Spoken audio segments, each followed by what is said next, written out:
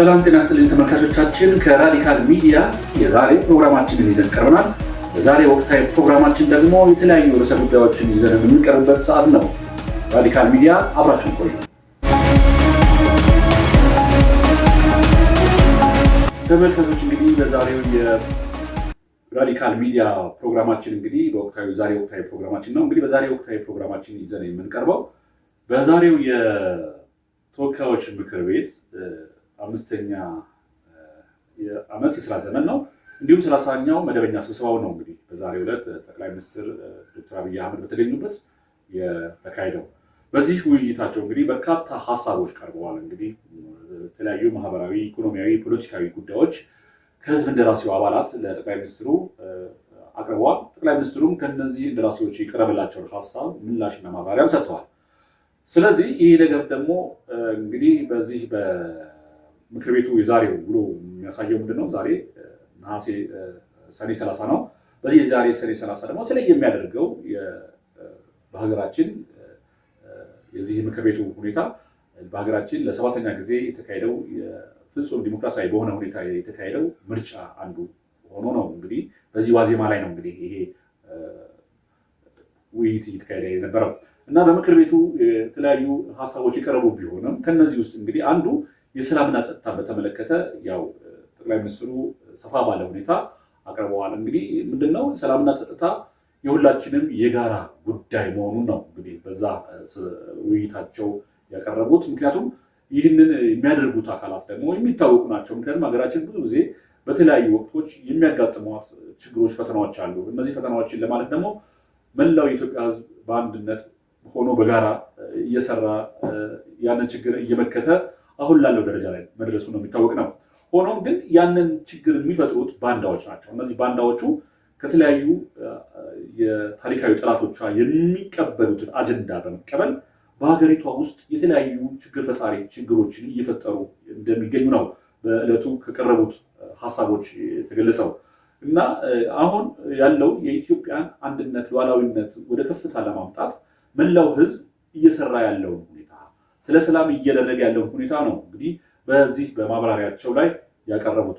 ምንድነው በዚህ ማብራሪያቸው የኢትዮጵያን ህዝብ አንድነትና ህብረት የገለጹበት አንደኛው በተለይ በዚህ በምርጫው ወቅት የተለያዩ ጽንፈኞች ይህንን የምርጫ ሂደት ለማደናቀፍ ያልሞከሩት ነገር እንዳይልና ህዝቡ ደግሞ አሁን የተገኘውን ለውጥ የበለጠ ውጤታማ ሆኖ ተጠናክሮ እንዲቀጥል በዛ ችግር ውስጥ ጥይት እየተተኮሰበትም ቢሆን ያንን ምርጫ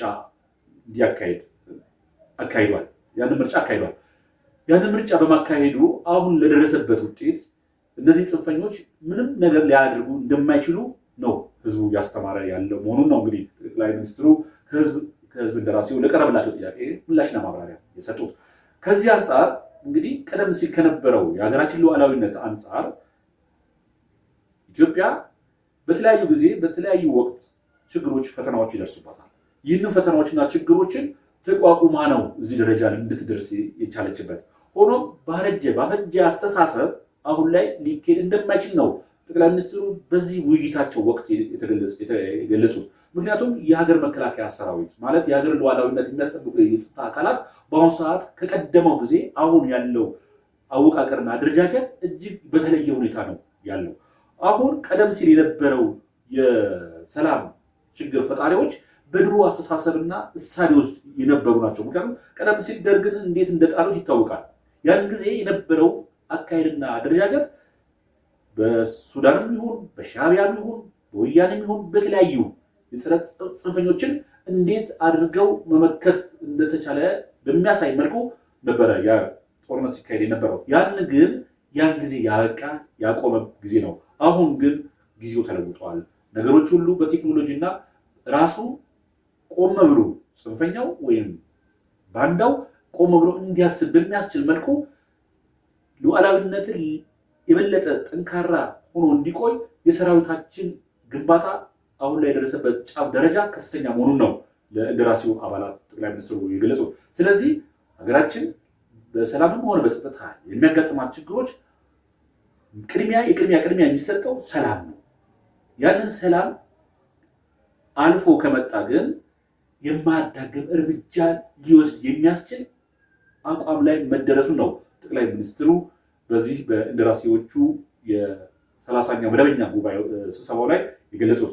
ስለዚህ በሰላምና ጸጥታ በተመለከተ የቀደመው የአስተሳሰብ ያፈጀ መሆኑን በተለይ አሁን ህወሓት በትግራይ ክልል እያደረገ ያለውን ሲገልጹት እንደ አንድ መጥረቢያ የድሮ የዛገ መጥረቢያ አድርገው ነው የሳሉት።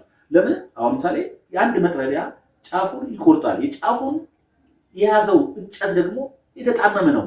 ሙላው አስተሳሰብና ሐሳብ ከተጣመመ ችግሮችን ሊፈታ የማይችል አስተሳሰብ ይዞ የድሮውን ይዞ የቀጠለ ስለመሆኑ ነው ጠቅላይ ሚኒስትሩ የገለጹት። በመሆኑ የሰላምና ጸጥታው ጉዳይ የአንድ ጉዳይ ወይም የአንድ የመንግስት ጉዳይ ብቻ ሳይሆን የመላ የኢትዮጵያ ህዝብ የሁሉም የጸጥታ ጉዳይ ሆኖ ያ የጸጥታ ጉዳይ ደግሞ የበለጠ ለማጠናከር መስራት እንደሚገባ፣ ለሰላም መትጋት እንደሚገባ፣ የሰላም በሮች እንዳልተዘጉ ነው ጠቅላይ ሚኒስትሩ በማብራሪያቸው ላይ የገለጹት። ሆኖም አሁንም የአንዳንድ የጽንፈኛ አካላት ለዚህ የሰላም ሁኔታ ተገዢ ላለመሆን በርካታ እዚህም እዛም የተለያዩ ችግሮች ሲፈጥሩ ይስተዋላሉ። በተለይ በትግራይ ክልል አካባቢ የሚታየው አንዳንድ ችግሮች በተለይ ወጣቶችን በማፈስ ወደ ሱዳን በመውሰድ እንዲያውም ይሄ የባርነት ወይም የመሸጥ ያህል ስራዎች እየሰራ ስለመሆኑ በገሃድ የሚታይ ሀቅ ነው። ይህ ደግሞ ትግራይን ባዶ አድርጓታል። በተለይ በአሁኑ ሰዓት በትግራይ ክልል ያለው ህዝብና አሁን በተለያዩ የሀገራችን ክልሎች የሚገኙ ህዝቦችን ብንመለከት ቁጥሩ በጣም እጅግ ብዙ ያለው ወደዚህ ያለው አካባቢ ነው። ስለዚህ ይሄ ጉዳይ ኃይል ሊባል ይገባዋል። እነዛም ይህንን ችግር ውስጥ የተዘፈቁት አካላት ቆም ብለው ሊያስቡ ይገባል የሚል ሀሳብ ነው በእንደራሴው ጉባኤ ላይ የተናገሩት። ስለዚህ በዛሬው የአምስተኛው መደበኛና በዛሬው አምስተኛ ዓመት የስራ ዘመንና በ30ኛው መደበኛ ጉባኤው ላይ ከፍተኛ የሆነ ውይይት ነው በዚህ በምክር ቤት የቀረበው። በመሆኑ በዚህ በምክር ቤቱ ኢትዮጵያ አሁን ላይ እያደረገች ያለችው በተለይ በጤናው፣ በሰላም፣ በቱሪዝም፣ በኢኮኖሚ፣ በኢኮኖሚ እና በፖለቲካው መስክ ከፍተኛ ምርታዎችን እያስመዘገበች እንደምትገኝ ነው ለህዝብ ተወካዮች እንደራሴዎች ያቀረቡት። ስለዚህ የኢትዮጵያ መጻኢ ዕድል የሚወሰነው በህዝቦቿ ሙሉ ተሳትፎ መሆኑን ነው ጠቅላይ ሚኒስትር ዶክተር አብይ አህመድ በዛሬው በተከናወነው የህዝብ ተወካዮች ምክር ቤት አባላት ያቀረቡት። ይህ በእንዲህ እንዳለ ሆኖ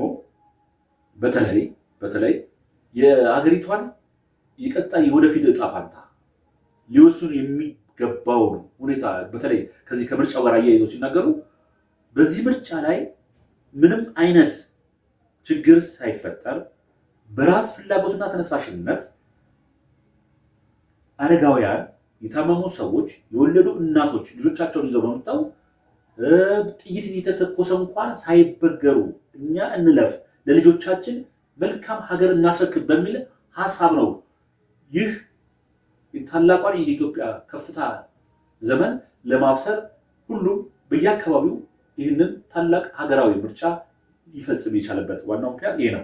በመሆኑም ይህ ሀገራዊ ምርጫ ቀጣይ የኢትዮጵያ የሰላምና የጸጥታ ጉዳዮችን የበለጠ እንዲያጠናክር እና በተለይ በየጫካ ውስጥ የሚገኙ በተሳሳተ መንገድ ውስጥ የገቡ አካላት በዚህ በተከፈተው የሰላም መንገድ ራሳቸውን አውቀው ወደ ሰላሙ መንገድ እንዲመጡ ጥሪ አቅርበዋል ጠቅላይ ሚኒስትር ዶክተር አብይ አህመድ። በመሆኑም ይህ የምክር ቤቱ ውሎ በሁሉም ሴክተሮች ውጤታማና ጠንካራ እንደመሆኑ መጠን እንዲሁም ለቀጣዩ 2019 አዲስ በጀት የጸደቀበትና የህዝብ ተወካዮች ምክር ቤት አባላትም በጋራ ለአዲሱ ዓመት እንዲሁም በግቢው ማለት በህዝብ ተወካዮች ምክር ቤት መሰብሰቢያ አካባቢ የአረንጓዴ አሻራቸውን በጋራ ማሳረፋቸው አንዱ የታሪካዊነቱን የበለጠ የሚያጎላ ውይይት መሆኑን ለመረዳት እንችላለን። በመሆኑም ራዲካል ሚዲያም ይህንን ሀገራዊ የህዝብ ተወካዮች ምክር ቤት 5ኛ ዓመት 30ኛ መደበኛ ጉባኤውን በተመለከተ ያዘጋጀው ዝግጅት ይህን ይመስላል። ሰላም።